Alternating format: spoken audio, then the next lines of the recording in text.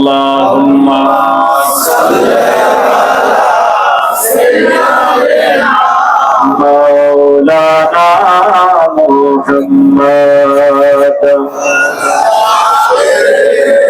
محمد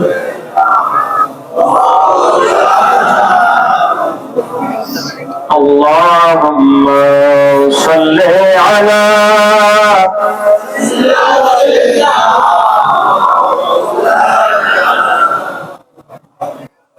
وعلى آل سيدنا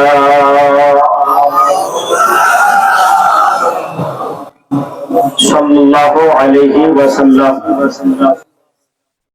السلام عليكم ورحمة الله وبركاته আপনারা সকলে ভালো আছেন? হাত উঠিয়ে বলি আলহামদুলিল্লাহ। আল্লাহ পাক কবুল করেন, বলুন আমিন। আলহামদুলিল্লাহ আলহামদুলিল্লাহ রাব্বিল আলামিন ওয়াস সালাতু ওয়াস সালামু আলা রাসূলিল কারীম। أما بعد فأعوذ بالله من الشيطان الرجيم ببركة بسم الله الرحمن الرحيم ألا إن أولياء الله لا خوف عليهم ولا هم يحزنون صدق الله العظيم إن الله وملائكته يصلون على النبي يا أيها الذين آمنوا صلوا عليه وسلموا تسليما محمد رسول اللهم صل على سيدنا مولانا محمد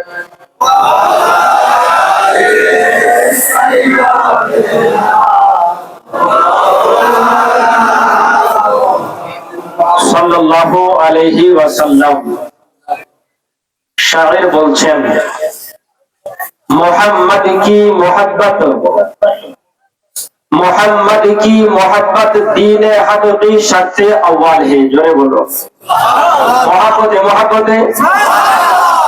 मोहम्मद की मोहब्बत दीन हक की शर्त अव्वल है। इसी में अगर हो कभी तो सब कुछ ना मुकम्मल है। जोरे बोलो समस्त प्रशंसा और गुणगान महान स्रष्टा রব্বুল আলামিনের নিমিত্তে, যে আল্লাহ রব্বুল আলামিন আমাদের সকলকে সৃষ্টি করেছেন এবং যে মহান আল্লাহ রব্বুল আলামিন আমাদের সকলকে এই সুন্দর একটি স্থানে হাজির করেছেন, আমরা আল্লাহর শুকরিয়া আদায় করে সকলে মহব্বতে উচ্চ আওয়াজে পড়ি আলহামদুলিল্লাহ।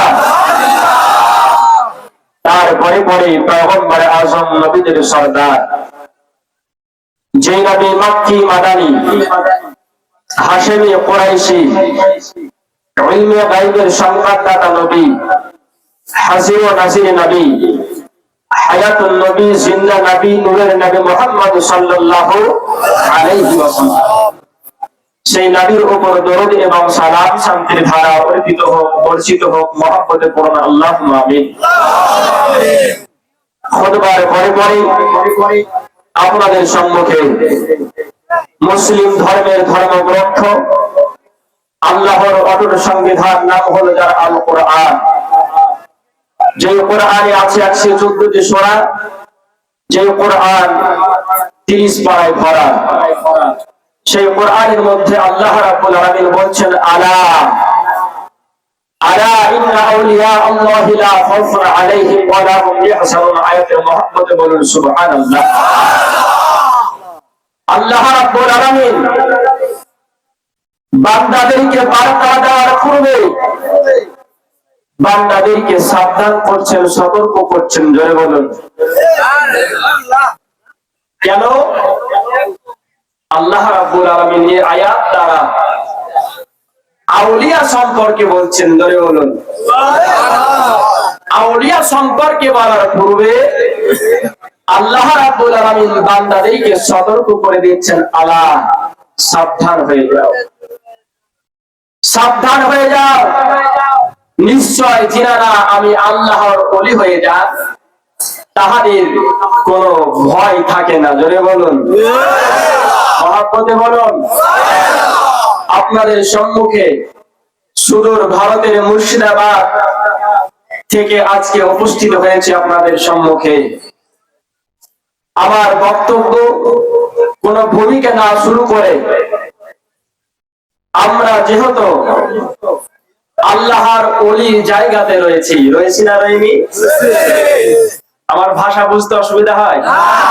সবাই তো বাঙালি, আপনাদের বাংলাদেশি টান আছে, আমাদের সে টানটা নেই, বাকি ভাষা তো এক, বুঝতে অসুবিধা হয় না। তো সর্বপ্রথম বক্তব্য আরম্ভ হবে ইনশাআল্লাহ কারামত দিয়ে শুরু করি। আমাদের ভারতবর্ষের সরজমিনে আল্লাহর একজন মহা ওলি রয়েছেন, যিনার নাম হলো হযরতে খাজা মুঈনুদ্দিন চিশতি। জোরে বলুন নাম শুনেছেন না? শুধু নাম নয়, সকলের এই জায়গাতে আছে না নাই?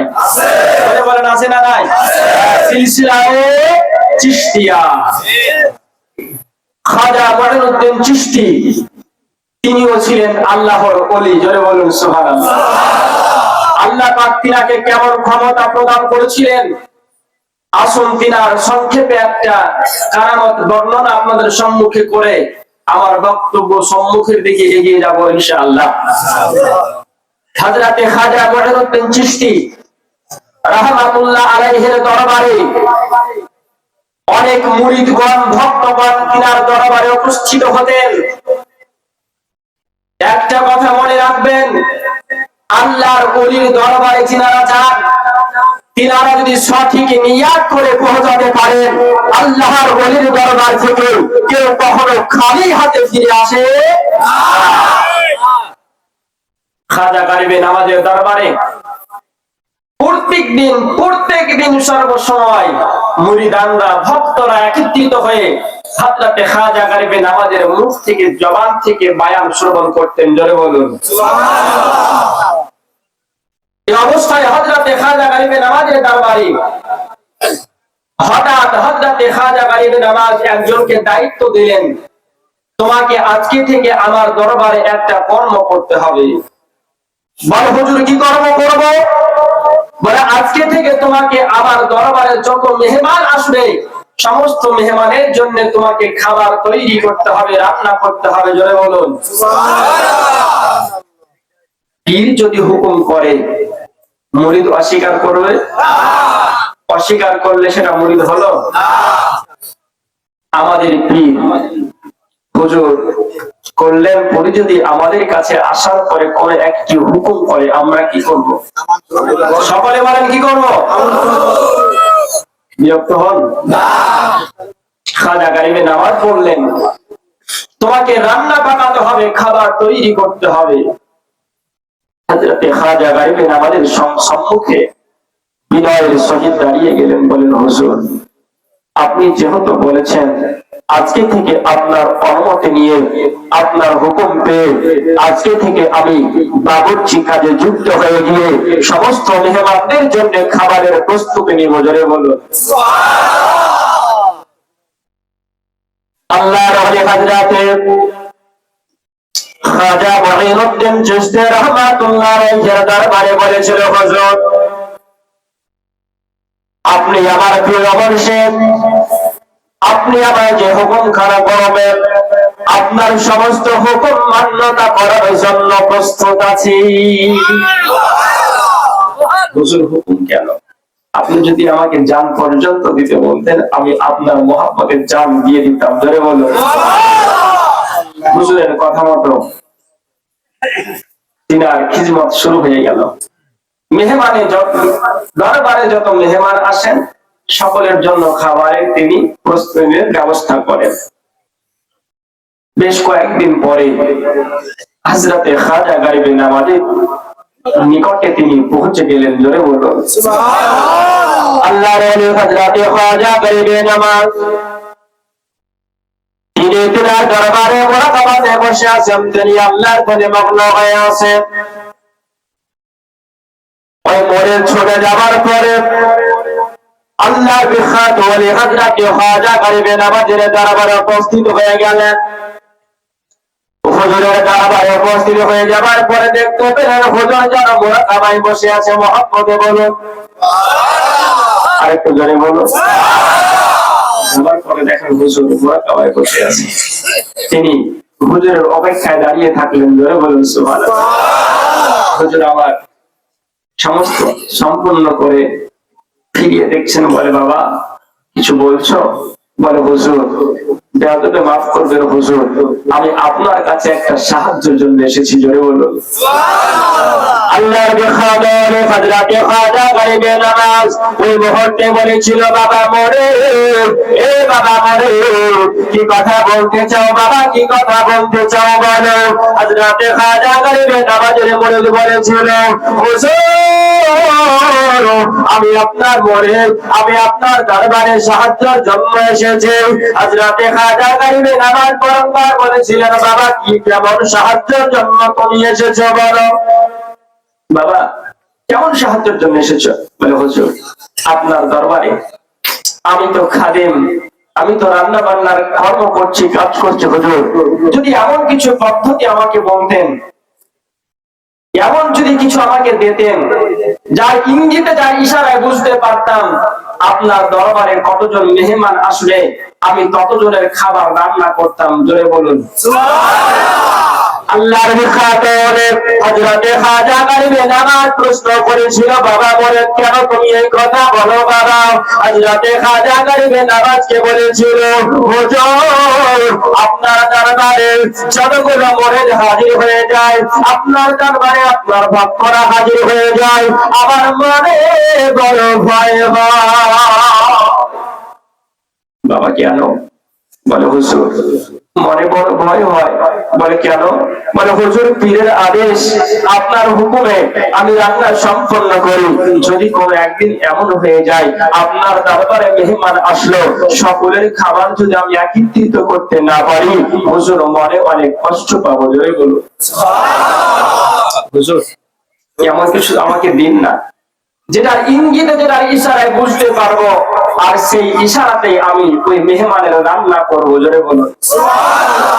আল্লাহর বিখ্যাত হযরতে খাজা গরিবে নওয়াজ দাঁড়িয়েছিলেন বাবা। হযরতে খাজা গরিবে নওয়াজ সঙ্গে সঙ্গে মুরিদের হাত খাড়া ধরে নিলেন। মুরিদের হাত খাড়া ধরে নেওয়ার পরে আজকে নিজে হুজরাখানার সম্মুখে বেরিয়ে গেলেন। হুজরাখানার সম্মুখে বেরিয়ে গেলেন, হাতখানা ধরেছেন। বলে বাবা, বলে হুজুর বলুন। বলে সামনের দিকে এগিয়ে দেখো একটা বিল্লি দেখা যায়। কি দেখা যায়? যেটাকে আমরা বিড়াল বলি। বিল্লি দেখা যায়, বিড়াল দেখা যায়। হযরতে খাজা গরিবে নওয়াজ ওই মুরিদকে ডেকে ডেকে ডেকে ডেকে বলেছিল বাবা মুরিদ ওই যখন সামনের দিকে তাকিয়ে দেখো বাবা একটা বড় বিড়াল দেখা যায়, একটা বিড়াল দেখা যায়।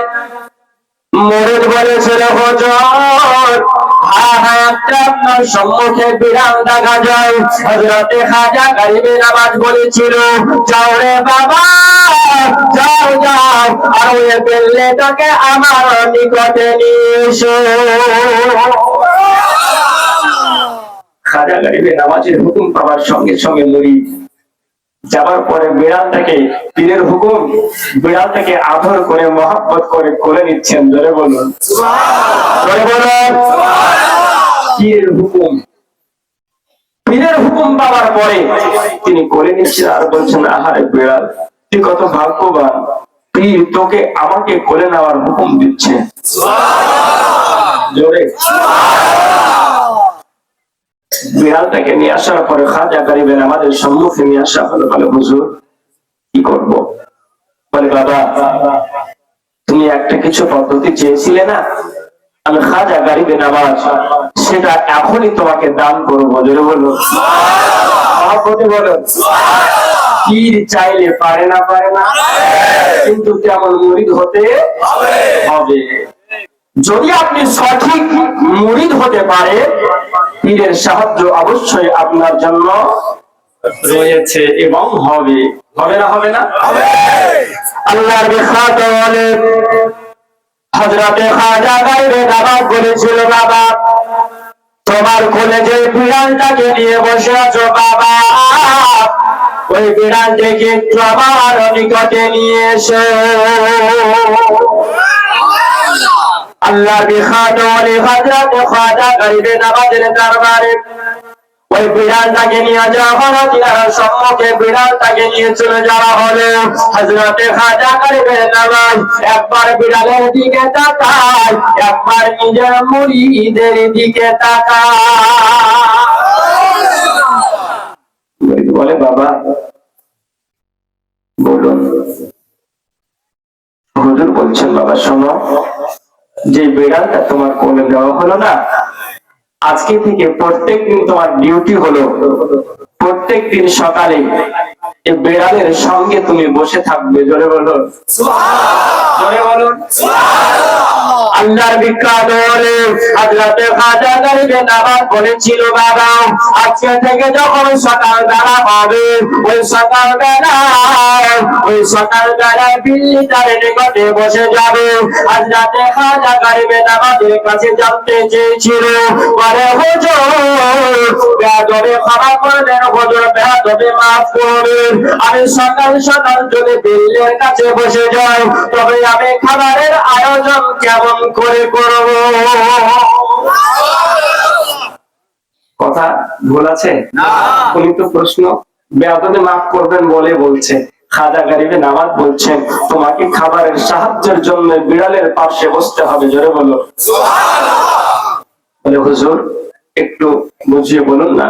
বলে বাবা প্রত্যেকদিন সকালে তোমার কাজ হলো তুমি বিড়ালের কাছে বসে যাবে, আর বিড়াল প্রত্যেকদিন সকাল বেলায় যতবার ম্যাও ম্যাও করে আওয়াজ করবে ততটা মেহমান আবার দরবারে আসবে। জোরে বলুন জোরে বলেন। বাবা বিড়াল যতবার নিজের মুখ থেকে আওয়াজ করবে, যতবার মাও মাও করে আওয়াজ করবে, সেগুলো তুমি গুনতে থাকবা। যতবার মাও মাও করবে ততটা পরিমাণ আবার দরবারে মেহমান আসবে, আর তুমি ততটা মেহমানের খাবার প্রস্তুতি নিবে, রান্না করবে। জোরে বলুন সুবহানাল্লাহ সুবহানাল্লাহ। সেই মুরিদ ডিউটি আরম্ভ হলো, সকাল হলো, দিল্লির নিকটে বসে গেল। জোরে বলুন জোরে জোরে বলুন বিরক্ত হন মহাব্বতে, ওলির মহাব্বতে বলুন সুবহানাল্লাহ সুবহানাল্লাহ।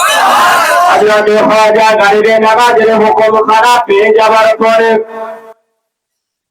আজকে মরে যাবার পরে বিল্লের পাশে বসে গেল, আর বিল্লের পাশে বসে যাবার পরে বিল্লের আওয়াজের অপেক্ষায় থাকলো।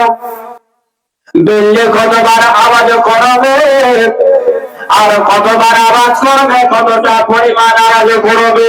আজকে বিল্লি যতবার আজকে মাও মাও করে আওয়াজ করবে ততটা মেহমানের খাবারের ব্যবস্থা করো। বসে আছে, বিড়াল আওয়াজ শুরু করেছে। জোরে বলো মাও মাও করে আওয়াজ করে, বেশিবার নয়, মোটে 3 বার করেছে। কতবার? জোরে বলুন কতবার? কার কারামত বর্ণনা হচ্ছে? খাজা গরিবে নামাজ। কতবার বিড়াল আওয়াজ করলো? সকলে একই আওয়াজে বলুন কতবার? তিনি তো এবার হুকুম পেয়েছেন পীরের, বিল্লিরও আওয়াজ পেয়েছেন। তিনি খাবারের আইটেম, খাবার রান্না করবেন কতজনের? আরো জোরে আরো জোরে 3 জনের খাবার রান্না করার জন্য তিনি প্রস্তুতি নিলেন। আল্লাহর ওলি হযরত খাজা গালিবে নামাজের পরে এবার পীরের হুকুমখানা মান্যতা করতে গিয়ে মাত্র 3 জনের খাবারের ব্যবস্থা করলেন। কিন্তু বাবা তিনি আজকে সুন্দরভাবে 3 জনের রান্নার ব্যবস্থা করতেছেন, হঠাৎ করে হুজুরের দরবারে সালামের আওয়াজ আসলো। ভক্তগণ মুরিদগণ হুজুরের দরবারে আসছে, গেটের সামনে হুজুরকে সালাম দেয়। জোরে বলুন সুবহানাল্লাহ, জোরে বলুন সুবহানাল্লাহ। আজকে হুজুরের দরবারে মুরিদরা আসার পর হুজুরের দরবারে যখন সালামটা প্রদান করলেন, আজকে আল্লাহর ওলি হযরত খাজা গালিবে নামাজ ওই মুহূর্তে যারা মুরাকাবায় বসেছিলেন, আজকে ওই রান্নাঘর থেকে আজকে খাজা গালিবে নামাজের মুরিদরা বুঝতে পারলেন আজকে গেটের সামনে থেকে কেউ যেন হুজুরকে সালাম প্রদান করে, জন্য হুজুরের জবান থেকে সালামের উত্তর আসে না। তিনি বুঝে গেলেন হুজুর মুরাকাবায় আছে, তিনি নিজ পায়ে হেঁটে হেঁটে গিয়ে দরজার সম্মুখে গিয়ে গেট খুলে দিলেন। জোরে বলুন সুবহানাল্লাহ। গেট খুলে দিয়ে বিড়ালে মাও করেছিল কতবার? আরো জোরে। গেট খুলে দেখছে 4 জন মেহমান। কতজন? কতজন? 4 জন। কাজ বাঁধলো না? ভিতর শুরু হয়েছে। আমার পীর তাহলে ভুল। যে পীরের মতো পীরকে বিশ্বাস করবে পীরের প্রতি কোনো সন্দেহ থাকবে? আরো জোরে থাকবে? হুজুর কল্যাণপুরীকে আমরা মহব্বত করি না? করি না? যদি কারোর মধ্যে কোনো সন্দেহ আছে মুরিদ হবে? আরো জোরে মুরিদ হবে না। তবে আমি বড় আনন্দিত, আমি আমার জীবনে প্রথম বাংলাদেশে আজকে উপস্থিত আপনাদের সম্মুখে। আসার পরে শুনলাম, আমি জানতাম না, আগে যোগাযোগ ছিল না, শুনলাম হুজুর কল্যাণপুরী আমাদের ভারতবর্ষেও তিনি ছিলেন এবং গিয়েছেন। যখন থেকে শুনেছি তখন থেকে কেন জানি আমার মনে একটি কথা বলে, প্রকাশ করব কেন জানি আমার মন বলছে হুজুর কল্যাণপুরে যখন ভারতবর্ষের মুর্শিদাবাদে যখন চরম ধুলে দিয়েছেন, পদধূলি যখন দিয়েছেন, কেন জানি আমার মন বলে মুর্শিদাবাদের সরজমিনে তরিকাতের প্রচার জারি হবে, প্রচার হবে, তারিকাতের উপর প্রচার হয়ে আমাল হবে। জোরে বলুন ইনশাআল্লাহ। আল্লাহ পাক কবুল করেন, বলুন বলুন। গেটের সম্মুখে দাঁড়িয়ে পীরের মধ্যে শুরু হলো, কি ব্যাপার রে বাবা? হুজুর বলল দিল্লিতে যতবার মাও মাও করবে ততটা মেহমান, কিন্তু 3 বার মাও করেছে, মেহমান আসে কটা? আরো জোরে। ভিতর শুরু হলো, ভিতরে সন্দেহ শুরু হয়ে গেল। পরবর্তীতে নিজের জিভে কামড় দিচ্ছে, হে নাফস, হে নাফস। পীরকে সন্দেহ না? জোরে বলুন না। আমার পীর যেটা বলেছে আমি ততজনের রান্না করব, বাকি যদি কিছু হয় সেটা দায়িত্ব কার? এটাতে আমার কোনো 3 জনের রান্না সম্পূর্ণ, হুজুরের মুরাকাবা সম্পূর্ণ। হুজুর বাইরে আসলেন, এসে বসলেন 4 জন ভক্ত, 4 জন মুরিদ হুজুরকে ঘিরে নিলেন। জোরে বলুন হুজুরের সঙ্গে আলাপ আলোচনা চলছে। খাবারের সময় হলো, হুজুর বাবুর্চিকে ডেকে বলছে, বাবা, বলে হুজুর খাবারের ব্যবস্থা করো। জোরে বিরক্ত হন? চলবে? কবুল করেন, বলুন নাম। আল্লাহর ওলি হযরত খাজা গালিবে নামাজ ওই মুরিদকে ডেকে ডেকে বলেছিল, বাবা মুরিদ আর দেরি করো না বাবা, দেরি করো না, যত তাড়াতাড়ি সম্ভব হয় আজকে আমার মুরিদদের জন্য খাবারের ব্যবস্থা করো। তিনি বলছেন খাবার তো করেছি কতজনের? 3 জনের। বলুন আপনারা, বলুন কতজনের? পিছন থেকে বলুন কতজনের? এই সাইড থেকে বলুন কতজনের? নামাজে আওয়াজ করে জোরে বলুন কতজনের? তিনি বলছেন খাবার করেছি 3 জনের, এসেছে কতজন? 4 জন। আরো জোরে? 4 জন। আল্লাহর ওলির ক্ষমতা দেখুন। বলছেন বাবা খাবারের ব্যবস্থা করো, বাবা খাবার নিয়ে এসো, খাবার নিয়ে এসো বাবা। তিনি হুজুরকে বলছেন হুজুর বেয়াদবি মাফ করবে, কতজনের খাবার নিয়ে আসবো? জোরে বলুন আরো জোরে, আরো জোরে। আল্লাহর ওলি হযরতে খাজা গরিবে নওয়াজি বলল হুজুর মঠে আপনার দরবারে কতজনের খাবার নিয়ে আসবো? হযরতে খাজা গরিবে নওয়াজ বলেছিল বাবা সকালে যতবার বিড়ালে মাও মাও করে আওয়াজ করেছে ততজনের খাবার নিয়ে এসো। আজকে 4 জনের মধ্যে থেকে একজন দাঁড়িয়ে যাওয়ার পরে বলল হুজুর আমার হুজুর আমি আপনার মুরিদ হিসেবে আমি আপনার সঙ্গে সাক্ষাৎ করতে এসেছি, আমরা মোটে 4 জন মিলে আপনার সঙ্গে সাক্ষাৎ করতে এসেছি হুজুর, কিন্তু আমাদের 4 জনের খাবারের ব্যবস্থা করতে হবে না। আরো জোরে আমাদের 4 জনের খাবারের ব্যবস্থা করতে হবে না। হযরতে খাজা গরিবে নওয়াজ ওইদিন প্রশ্ন করেছিল বাবা তোমরা আমার দরবারে 4 জন এসেছো বাবা, কিন্তু তোমাদের সবার খাবার কেন ব্যবস্থা করতে হবে না? একজন ব্যক্তি দাঁড়িয়ে যাবার পরে বলেছিল হুজুর আমরা আপনার দরবারে 4 জন এসেছি, 4 জন এসেছে কিন্তু 3 জনের খাবারের প্রয়োজন আছে, একজন ব্যক্তি রোজা অবস্থায় আছে।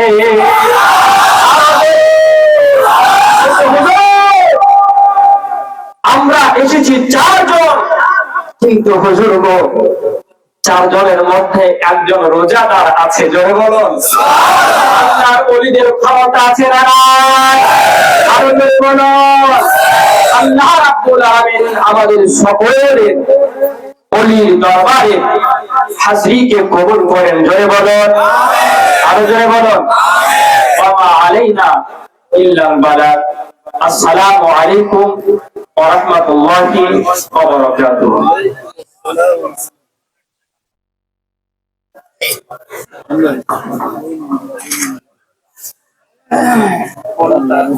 আলহামদুলিল্লাহ।